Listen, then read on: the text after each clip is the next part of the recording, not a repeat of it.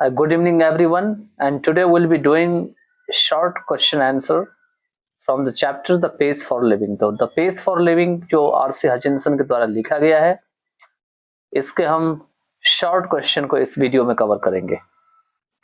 तो आप वीडियो को पॉज करके आप उत्तर को आराम से लिख सकते हैं, वीडियो को रोक करके, और साथ में मीनिंग को भी समझते चलते हैं कि आखिर में क्वेश्चन क्या पूछा है और उत्तर कैसे देना है। ज्यादातर देखिएगा कि जिस टेंस में क्वेश्चन होते हैं उसी टेंस में उत्तर भी लिखने होते हैं। तो सबसे पहला जो आपका क्वेश्चन है स्क्रीन पर में वो है,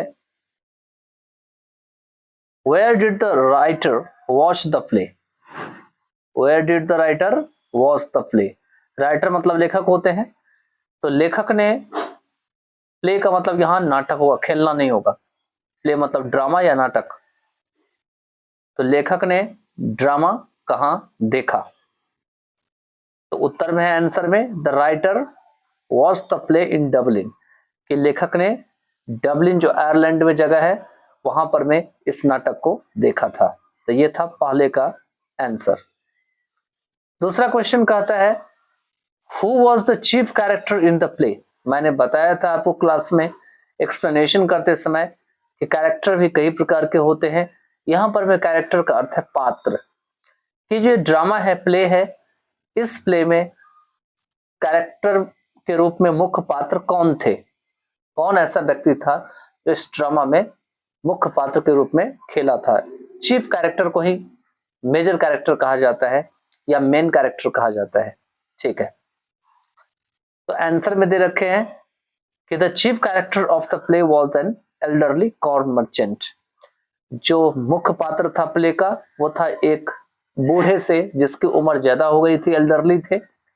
कॉर्न मर्चेंट मतलब होते हैं अनाज, और मर्चेंट का मतलब सौदागर। तो बूढ़े से थे, थोड़े ज्यादा उम्र वाले थे, अनाज के सौदागर थे।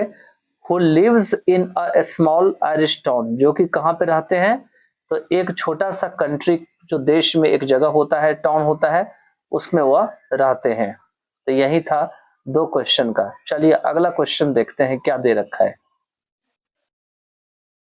क्वेश्चन नंबर जो 3 है आपका, वो पूछ रहा है कि does the writer dislike rapid movement in every field. क्या लेखक हर एक क्षेत्र में जो बहुत तेजी से जो सब कुछ भाग रहा है, दिनों दिन भाग रही है, ठीक है, उसको क्या पसंद नहीं करता है, डिसलाइक करता है? लाइक मतलब पसंद करना और डिसलाइक मतलब पसंद नहीं करना। प्रेजेंट इंडेफिनिट टेंस में ये क्वेश्चन लिखा हुआ है, तो उत्तर भी उसी में होगा। देखिए आंसर कहता है, know the writer does not dislike rapid movement in every field. कि राइटर जो है, जो लेखक है, वो हर एक फील्ड में, एवरी फील्ड में, हर एक क्षेत्र में जो बहुत तेजी से जीवन भाग रही है, रैपिड मूवमेंट हो रही है, उसको वो पसंद, ऐसा नहीं है कि पसंद करते हैं, ऐसा नहीं है, बिल्कुल ना पसंद कर देते हैं। ठीक है, डज नॉट डिसलाइक। ठीक है, उसके बाद क्वेश्चन नंबर 4 है आपके। क्वेश्चन नंबर 4 कह रहे हैं, in which situation does the writer find himself in the cinema.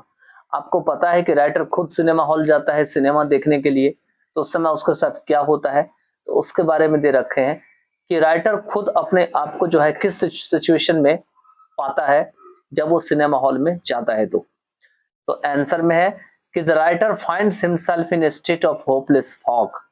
Writer कहाँ पे अपने आप को पाता है? कि ऐसा कुहासा या फॉग में वो फंस जाता है जहां पर में कोई उम्मीद उसे दिखाई नहीं देती है, जब वो सिनेमा घर में होता है। while in the cinema he is unable to keep up with the fast pace।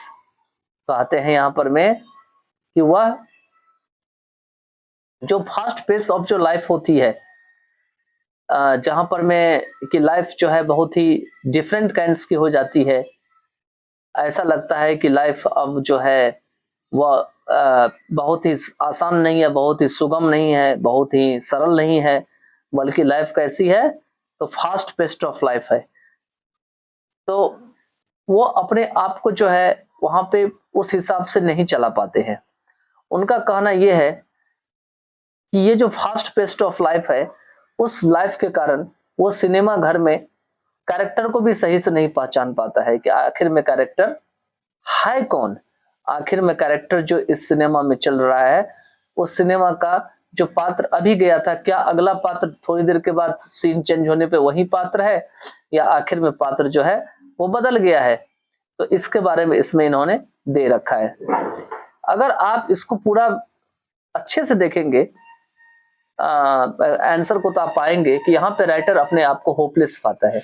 इसी कारण से वो क्या करता है, अपनी पत्नी का सहारा लेता है, ताकि जो भी वो मूवी में देख रहा है वो खुद जो है उसकी पत्नी उसको एक्सप्लेन करके बता सके। इसलिए लिखा हुआ है कि he is unable to keep up with the fast paced rapidly changing scenes, कि बहुत तेजी से जो फिल्मों में जो सीन चेंज हो रहे हैं उसके साथ वो नहीं जा पाता है, वो पीछे पड़ जा मतलब रह जाता है। मतलब सिनेमा में जो सीन चल रही है वो आगे भाग जाता है और खुद को पीछे पाता है। तो इसके लिए वो क्या करता है, आगे दे रखे हैं यहाँ पर में कि ही रिलाइज ऑन हिज वाइफ, वो अपने पत्नी पर निर्भर रहता है। मतलब अब वो अपने पत्नी का सहारा लेता है, जिससे कि वो जो है क्या करे उसकी पत्नी, to explain the story of film to him, जो कि फिल्म की कहानी को उन्हें बता सके कि आखिर में फिल्म में अभी कुछ देर पहले क्या हुआ था और अभी क्या हो रहा है। ये था फोर्थ का आंसर, मैंने अच्छे से एक्सप्लेन कर दिया है ताकि आपको समझ में आ जाए। चलिए फिफ्थ में चलते हैं। फिफ्थ में दे रखे हैं इसमें कि how does the writer classify himself as a thinker. Classify मतलब जो राइटर है वो अपने आप को एक थिंकर के रूप में कैसे क्लासिफाई करते हैं, कैसे वर्गीकृत करते हैं, कैसे अपने आप को बताते हैं। तो जैसे कि उत्तर में दे रखा है आंसर में कि the writer classifies himself as a slow thinker, कैसे अपने आप को राइटर बताते हैं कि वो उसकी थिंकिंग स्किल बहुत तेज नहीं है, बहुत धीरे धीरे सोचता है, वो क्या है, स्लो थिंकर है। ही आइडेंटिफाइज विद दिस कैटेगरी, वो अपने आप को इस श्रेणी में या कैटेगरी में रखता है। Because it takes time to reflect, क्योंकि वो सोचने में जो है ज्यादा समय लेता है, और सोचने के बाद उस इंफॉर्मेशन को आगे बढ़ाने में, process information, and understand things deeply, और चीजों को बहुत गहराई से समझने में क्या करता है, काफी लंबा टाइम लेता है, वो इजिली नहीं समझ पाता है चीजों को। He does not react instantly, वो क्या करता है, तुरंत ही किसी बात पे प्रतिक्रिया नहीं देता है। In the fast paced modern world, ये जो एकदम भागम भाग की जो आधुनिक जीवन संसार चल रही है उसमें, तो हम यही कहेंगे कि राइटर अपने आप को स्लो थिंकर मानता है, साथ में वह इसी कैटेगरी में अपने आप को पाता है। वो चीजों को बहुत तेजी से सोच नहीं पाता है, इंफॉर्मेशन को आगे नहीं बढ़ा पाता है, और चीजों को बहुत गहराई से नहीं सोच पाता है, और इसी कारण से वो बहुत तेजी से रिएक्ट नहीं करता है इस भागम भाग की दुनिया में। तो यही था आपका जो है 5 क्वेश्चंस, जिस 5 क्वेश्चन को हमने इस वीडियो में कवर किया है। और आपको क्या करना है, वीडियो को पॉज करके अच्छे से समझ लेना है और अपनी नोटबुक में लिख लेना है, and you should try to just learn them. चलिए नेक्स्ट पार्ट ऑफ वीडियो में हम लॉन्ग आंसर क्वेश्चन को कवर करते हैं।